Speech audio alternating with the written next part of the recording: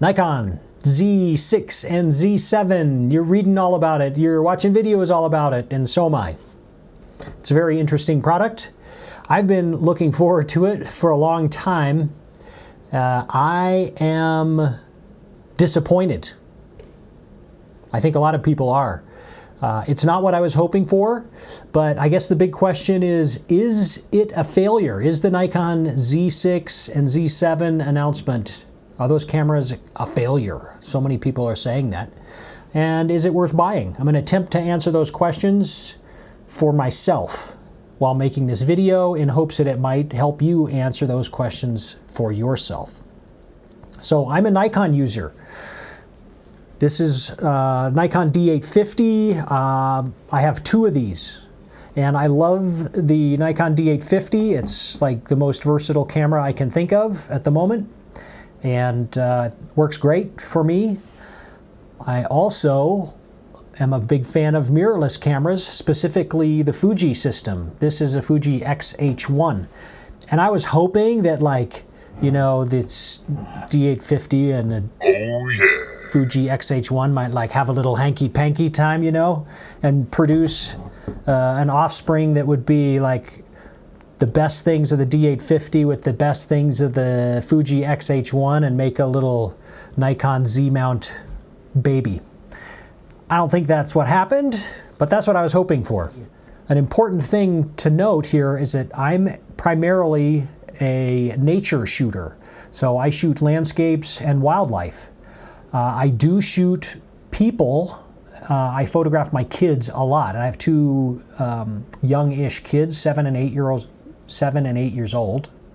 And I spend a lot of time photographing them as well, and I typically like to use the Fuji mirrorless system while I'm photographing them. So I do a wide variety of things, mostly landscape, wildlife, and then some candid people photography as well. So that gives you a little background of what I'm shooting and where my perspective is coming from, because everybody shoots different things and has different needs, okay? Another thing that's important to note about me is I generally don't mind taking the risk of new products and new product introductions and first generation products if it looks like they might give me a meaningful benefit. So like when the first Fuji X-T1 came out, I was happy to jump right on board that and start using it and trying it and getting to know it and see what its strengths were and its weaknesses and those kind of things. And sometimes that works out great, you get a home run, and sometimes you get a total turd, and sometimes, usually, it's kind of somewhere in the middle. So I'm not afraid to take that risk, and a lot of people love to wait for the second generation of a product to come out. I'm generally not that guy. If there's something that looks interesting to me, I'm certainly not at all afraid to buy the first generation of a product. At a first glance, I don't think the Nikon Z6 and Z7 are going to meet my needs. They certainly aren't at this particular time. Hopefully they will evolve. Hopefully Nikon will kind of take a cue from Fuji and continue development of the camera system after its release, with continually updating via firmware and adding new features and improving features that are there, autofocus speed, and adding new autofocus modes. And Fuji's really good about that. So I'm very confident buying a Fuji product that I know it's only going to get better after I buy it. Nikon historically doesn't do that. And so that makes me a bit nervous about buying this first generation product that, at least specifications wise, looks like it doesn't meet my needs completely. So I'm a little bit torn about that one, but I hope Nikon will continue development, firmware, and adding new features to make the Nikon Z6 and Z7 specs better than what they are as of just a few days ago when they announced it. Kind of the biggest bummer of the whole thing was Nikon's marketing slogan was "Mirrorless reinvented," right? That's very dramatic.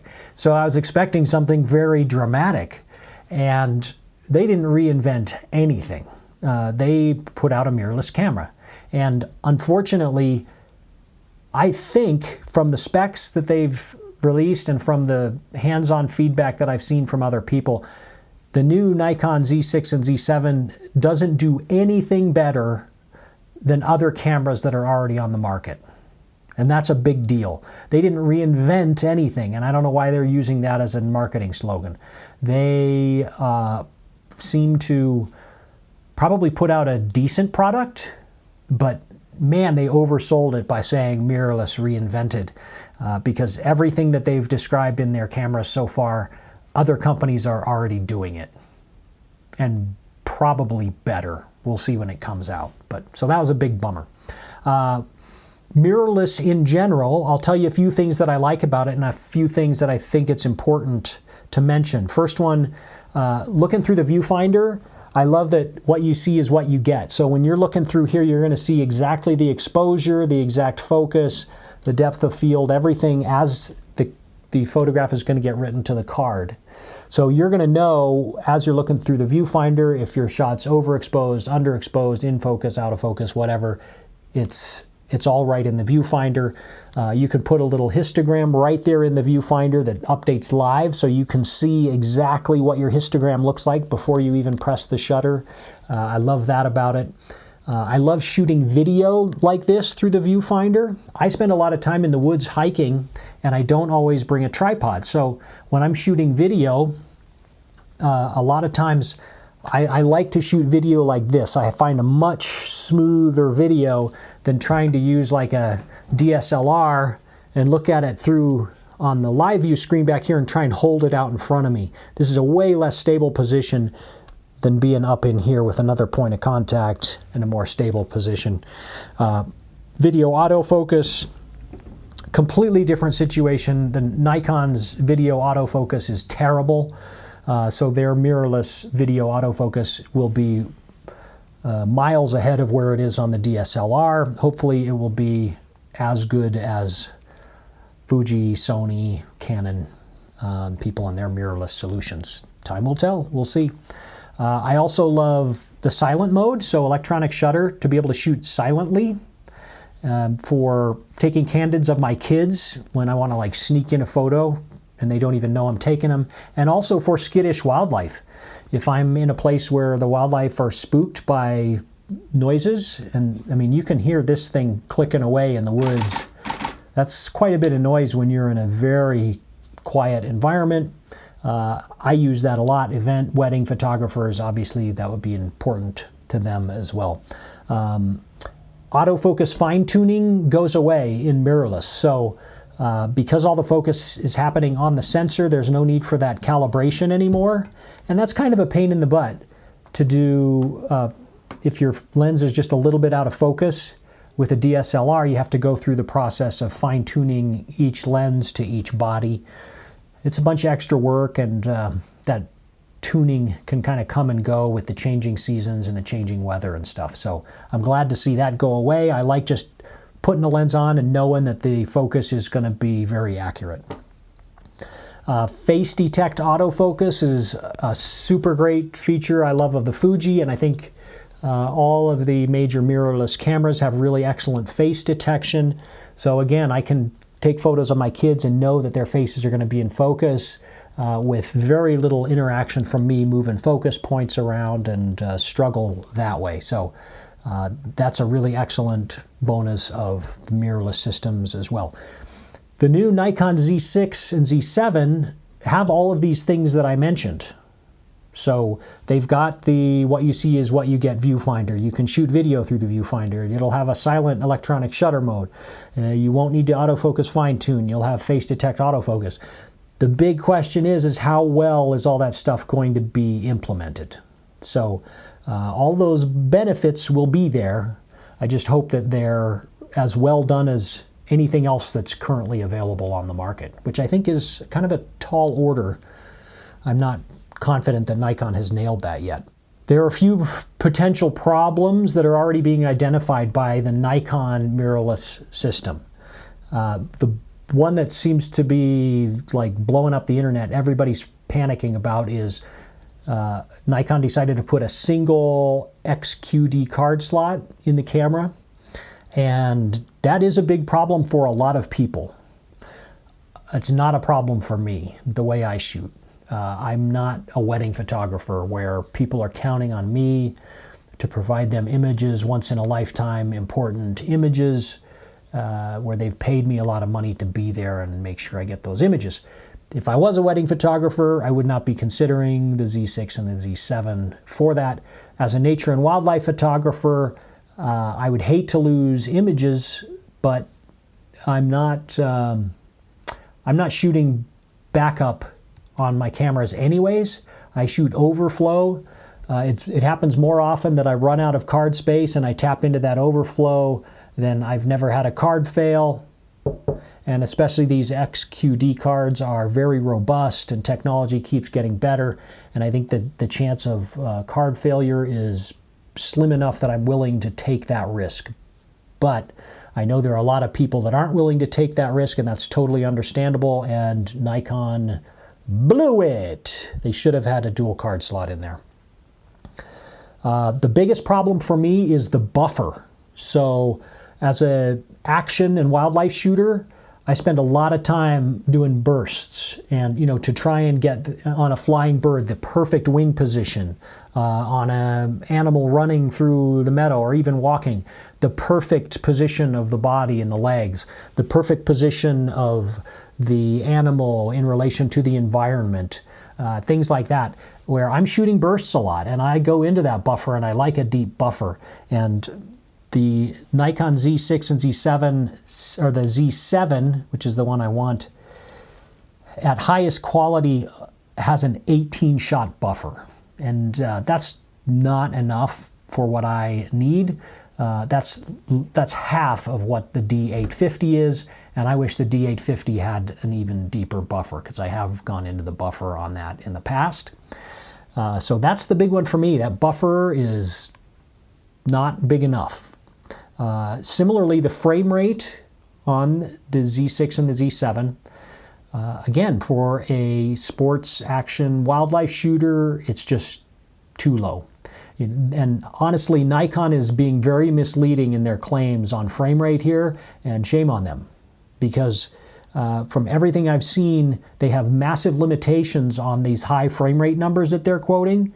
The nearest I can tell, after researching it, is that the real frame rate on the camera is 5.5 frames per second. If you go any higher than that, you have limitations on the image quality, and more importantly, supposedly the Viewfinder won't update live above 5.5 frames per second. So if I'm tracking a bird in flight, I need to see what that bird is doing in flight as I'm tracking it and taking pictures. And apparently, if you're shooting over 5.5 frames per second, the Viewfinder is not updating live. So what's the point of that? I don't get it, but that's what the interwebs are saying, that 5.5 frames per second, that's the practical limit of frame rate on the Z6 and the Z7, which is a massive bummer for the type of shooting that I do. Autofocus performance, it's difficult to comment on this till I try it. Before it came out, I was hoping autofocus performance would be as good as the other mirrorless cameras that are out there, the Fujis and the Sonys. I would love to have seen it to be as good as, DSLR. And the hands-on comments from people that I've been seeing are that it's neither of those things, which is a massive bummer. I'm hoping for some big firmware updates, some software improvements that can at least equal what other mirrorless camera companies are doing with their autofocus systems. Time will tell, but not very encouraging news so far on autofocus performance. Battery life, conflicting reports there. The stated from the SEPA ratings is terrible, like 330 shots, but from the field, people are saying it's over 1,000 images, which to me would be fine. But the big fail, the big Nikon fail, in my opinion, is a battery grip. They're not releasing a battery grip at the same time of the camera. They've announced that they're developing one, but come on, guys, release the battery grip with the camera. Like this Fuji has I triple my battery life with having this. I've never run out of batteries with this Fuji mirrorless camera. The grip put 2 more batteries into play, and I can go shoot all day and have a great time and never worry about batteries. And Nikon blew it by not offering a battery grip right out of the gate. Again, I don't know what they were thinking on that one. Electronic shutter. So while they are offering a silent electronic shutter, it sounds like the readout on that is still very slow. So any kind of moving subjects, you're going to get that weird distortion that happens rolling shutter. And so I would have loved to have seen Nikon step up, reinvent that game, you know, with a shutter that reads out so fast that you can actually shoot moving subjects with the silent shutter. Doesn't sound like that's the case, so that's a big bummer. Pricing seems high to me compared to what else is out there. It seems pricing seems higher. Well, it's higher than a D850, and from the sounds of it, the performance is not any better, certainly not any better than the D850, and it sounds like in some respects it's going to be even worse. Frame rate, buffer. Image quality is going to be excellent, no doubt about it. The sensor is going to be great. The sensor is great here. I don't know how different those sensors really are. Autofocus performance sounds like this is going to be better. Video centered stuff, the Z6 and Z7 will be better. But I don't think the extra cost of that is justified, to be honest. So I think they kind of overstepped it on the pricing a little bit. And the last thing that has me, I wouldn't know, not concerned, but I want to check it out before I would commit to buying this, is the adapter performance that will adapt all of the Nikon F-mount lenses into the new mount system.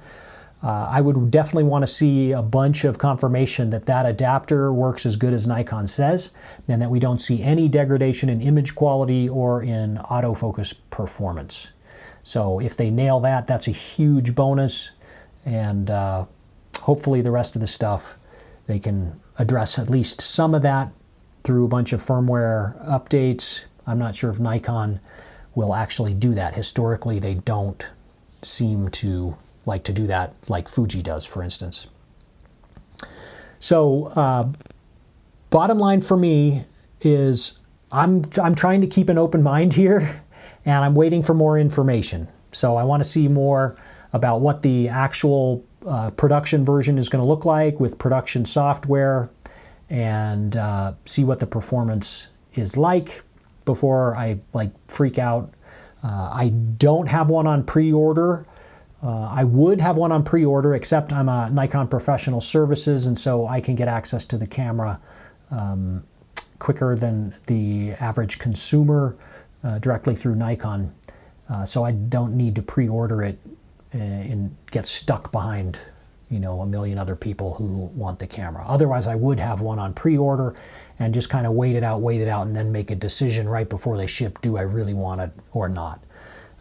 Because I'm gonna keep waiting and keep hoping for better news about some of the things that I mentioned before. So in the meantime, what I'm considering doing is selling this camera, a D850. I've got another D850, and I'm gonna consider selling this one and looking at maybe buying a Z7 as my primary landscape camera. Because of the issues that I mentioned before, which are mostly, you know, autofocus speed, buffer performance, and frame rate, not important for a landscape photographer, but it would give me an opportunity to support Nikon and their development of the new system and get me familiar with how their new mirrorless system works. There are going to be some growing pains there, and you know, hopefully be able to give them some feedback on what's working and not working, and just get to know and grow with the system a little bit. I certainly can't logically justify the price, the upgrade price, to go from a D850, selling it, and then getting the Z7 in place. Image quality is hopefully going to be a little bit better with the Z7, with a little bit newer sensor, a little bit better tech, It's probably not going to be drastically different. This already has a just fantastic sensor. I'm completely happy with this sensor. So I would basically be trying to justify it to myself with, wanting to support Nikon and just get involved with the new system so I can start to learn it and understand how it works better. So when the next camera comes out, I'm already up to speed and have everything kind of dialed in, so everything's second nature with a newer, faster, better camera. So I'm not sure what I'm going to do there. I'm still going to consider it. The news that got overshadowed, I think, by the Z6 and the Z7 was the introduction of the Nikon 500mm PF lens. Nikon's going to get my money one way or another because I'm going to buy that 500 PF. That's a perfect lens for me, for a nature and wildlife shooter who spends quite a bit of time hiking and wants something compact and lightweight and sharp and fast and wonderful. So Nikon's getting their money for sure. And then the Z6, Z7, I don't know. Time's going to have to tell on that one. I'll keep you posted on what I decide, but I don't know the answer to that now. I hope you guys who are watching this, I wish you good luck in making your decision on whether you're going to get one, because I don't believe it's an easy decision. I was hoping it would be an easy decision, but it's not. And so just remember that everybody has different needs and everybody uses the camera differently and everybody likes different things. And so sure, go listen to my opinion, go listen to other people's opinions, but buy it based on what you need and not based on what somebody else needs and somebody else's rantings or somebody else's love affair with Nikon or whatever. Really decide, what works for you, because everybody has such different needs. And thanks for watching. Good luck with your decision. Talk to you again soon. Later.